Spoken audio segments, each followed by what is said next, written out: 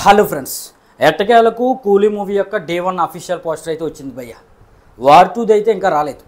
మరి నేను వార్ 2కి 100 కోట్ల వరకు గ్రాస్ వచ్చే అవకాశం ఉంది, అదేవిధంగా కూలీకి 150 కోట్ల వరకు వచ్చే అవకాశం ఉంది అనే విధంగా నేను వీడియో చేశాను.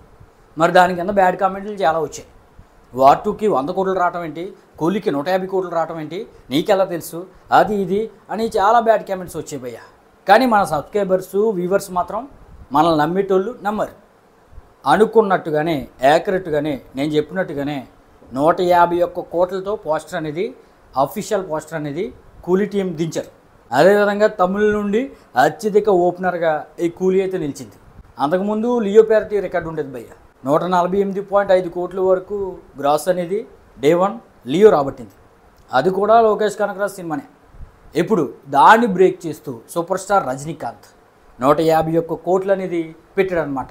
మరి ఆ పోస్టర్ కిందే ఈ విధంగా స్లోగన్ రాశారు, super star Rajinikanth record maker and record breaker అనే విధంగా స్లోగన్ అయితే రాశారు భయ్య. మరి ఈ స్లోగన్ చూసిన వెంటనే నాకు ఎందుకో కొంచెం ఓవర్ యాక్షన్ అనిపించింది.